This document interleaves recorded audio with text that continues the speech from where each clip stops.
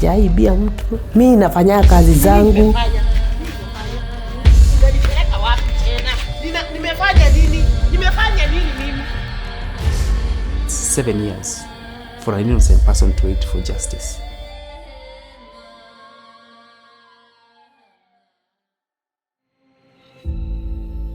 Kuna neighbor wangu mmoja, rafiki kwanza wa karibu sana. Tulikuwa tunasaidiana vizuri.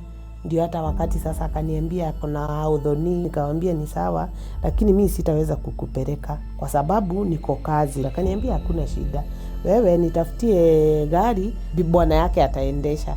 Tukaongea na mwenye gari, nikamwambia, akaniambia hakuna shida, atawapeleka. Ndio akanipigia simu akaniambia sitaweza kukuja, wape funguo waende, tutaonana jioni. So wakaenda akachukua gari na wakaenda, na mimi tukachukuana na Maina tukaenda kupika hapa tu Makongeni. Kuna mahali palikuwa na sherehe fulani ya graduation. Sasa tukimalizia ni kuosha vyombo, ndio nikasikia simu ya huyo neighbor wangu. Aniambia, hai, unajua tumeshikwa na hii gari na tumeambiwa ni ya wizi. Mimi nilistuka nikashindwa, gari ya wizi. Nikamwambia hebu nipigie mwenyewe, hebu mpigie saa hii umwambie akuje. Mimi nikapigia mwenyewe. Kaniambia gari ni yangu, hiyo haina shida yoyote. Sasa niko na ile wasiwasi, nini imeendelea. So mimi niliamka asubuhi na mapema, nikapigia huyo jirani wangu simu iko mteja, nikapigia bwana yake iko mteja. Ndio huyu kijana wangu alikuwa akanipigia simu.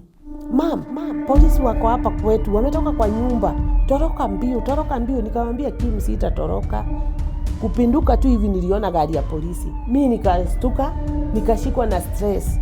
Ndio wakakuja wakanishika, wakaniweka kwa gari ya polisi. Unanipeleka wapi tena? Nimefanya nini? Nimefanya nini mimi?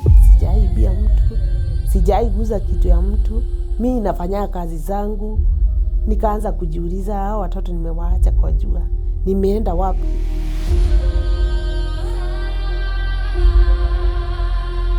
Wakanipeleka sasa Gong police station masaa ya saa 8 hivi. Nikaambiwa kuja uandike statement. Venye waliniambia ni watafutie gari, na nikaambia mwenye gari ni majina namjua tu as a taxi driver.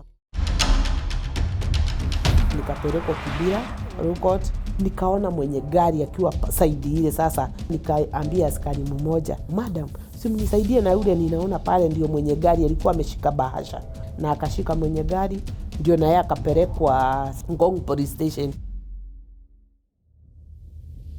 So you can see she actually went out of her way to make sure the police got the person who had the vehicle, who supplied the vehicle. And she thought that she would be released.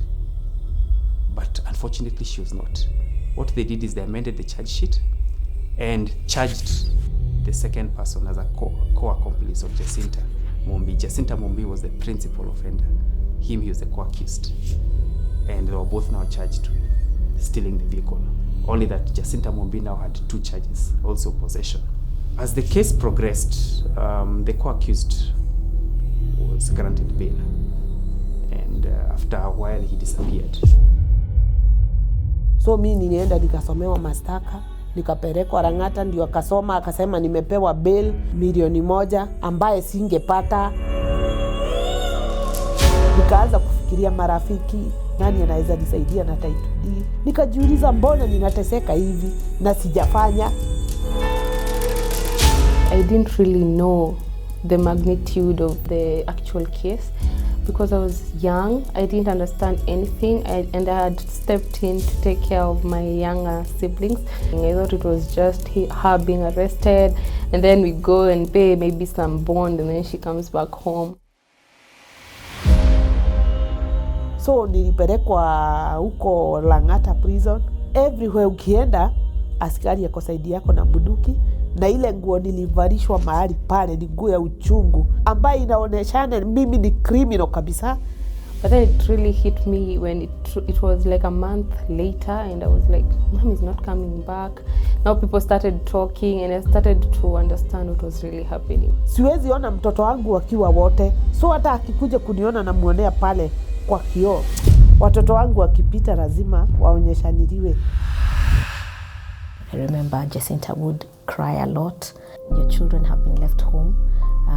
with no one to really take care of them. And she just was looking forward to the sessions where she would see them. IJM ndio walikuja mahali pale katika Lang'ata Women Prison. Akaulizwa mwenye ako hapa Lang'ata na nikuwekelewa ameekelewa inue mkono. Niliinua mkono haraka nikasema niko hapa. She could not afford bail and she was in remand for quite a long time. We convinced the court to reduce the cash bail to 200,000 as IJM took it upon ourselves to pay her bail so that she could be reunited with her children and do the case while she's at home. When IGM stepped in, they provided food for us, they catered for rent, the school fees, they talked to the teachers. My siblings could go back to school without being sent home. It was really amazing. After investigating, we found that this case had been badly investigated. The investigating officer ignored everything that Jacinta said. He ignored the evidence. There was nothing pointing to Jacinta. We had between 28 to 30 adjournments being occasioned in the case. Other adjournments were caused by the police file not being brought to court. So we can't proceed with the case. Or at times you'd find the police file is in court, but there are no witnesses. We found it disturbing that the prosecutor, well accosted with all this evidence, would still proceed to file a case against Jacinta Mumbi. So we found that that is another gap we had seen in other cases that we handle as International Justice Mission, where police would botch up investigations, intentionally or unintentionally, and the DPP would still go to court and file charges against such people. So we felt that was a gap. And I think a few months after that, we decided to get into an initiative to see if there was something we could do. Some of the fruits of that particular endeavor with the DPP is what we call the decision to prosecute. Before a case is filed in court by the DPP, it has to go through a certain threshold. There are certain guidelines that every prosecutor will be bound to follow. Kuja nje ndio nilikuta tena changamoto zingine mingi. Juu wenye walikuwa marafiki zangu, ulikuwa unasalimia mtu anakuignore. Unamuongelesha na kuignore. Nikaanza kuonyesha niliwa, watoto wangu wakaanza kudhireitaniwa mpaka shule, huyu my son. Kazi yangu ya MC kakuja ikarudi chini, pale nilikuwa nakaa, ikakuwa tena ni vita. Kila kitu ikipotea ni mimi. What we needed to do was to get her into counseling, to be able to reframe that trauma so that she understands it as just part of her story and not the whole story. Because she didn't have anyone really who was supporting her. Venye nilitoka niliambia Mungu, nataka kuenda kwa ule mchungaji alikuwa analinda watoto wangu. So nilienda kwa kanisa, nikapata pasta, nikamuelezea, nikatoa ushuhuda. Pasta wakanishika vizuri, wakaniambia usijali, tutaomba, tukakuwa sasa ni kuomba. Now, one of the important things that the church has done and that the church needs to do more is to recognize the fact that many times when somebody has faced an arrest or they have gone through a court case, the community that they live in and are a part of turn their backs on them and treat them with mistrust and suspicion. And in some cases, the church has been able to come alongside such individuals to embrace them, to encourage them, to demonstrate acceptance. And this is one of the things that we really want to work on. Siku ya judgment ilikuwa siku ambaye nilikuwa na huzuni, hata nilikuwa nimeambia my son, na hapa si mambo na bail. So kama nitafungwa, wewe ndio utajua venye utakaa na mtoto wenu na venye mtaendelea na maisha. Wakaniambia, mambo ya utafungwa. Nikamwambia Kim, hakuna mwenye anajuaga. And as we waited for the case to be called, I would look at her and I would see her eyes were closed all through. And she looked like she was praying. And it really hit me that some of these things we take for granted, like freedom, can really impact on a person. Because here she was genuinely thinking that she's going to be sentenced to life imprisonment or death. And the court acquitted her under section 215 of the Criminal Procedure Code. I was happy. But when I looked at Jacinta, she was crying and I was asking myself, did she understand what happened? Mimi sikujua kama nimeachiliwa. Venye tulifika nje ndio akina Mr. Mario waliniambia, Jacinta, thank God. Unajua umeachiliwa. Mimi sikuamini. Hata nikipigwa picha mimi nilikuwa tu nimesubaa juu nilikuwa nashindwa. Nimeachiliwa. Yaani unasikia, yes umesikia, ni kama ulikuwa umefungwa na minyororo hivi umefunguliwa.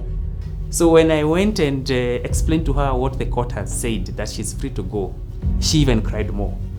And I came to understand it was really tears of joy. Na singeweza kuzisimamisha, lakini nimeona Mungu. Mungu awabariki sana. The Jacinta then and the Jacinta now are two totally different persons. The fact that she's able now to care for her children, her children have gone through school, she's able to run her business, and on top of that she's able to be a champion of justice, which means she's able to champion for the rights of others in the community.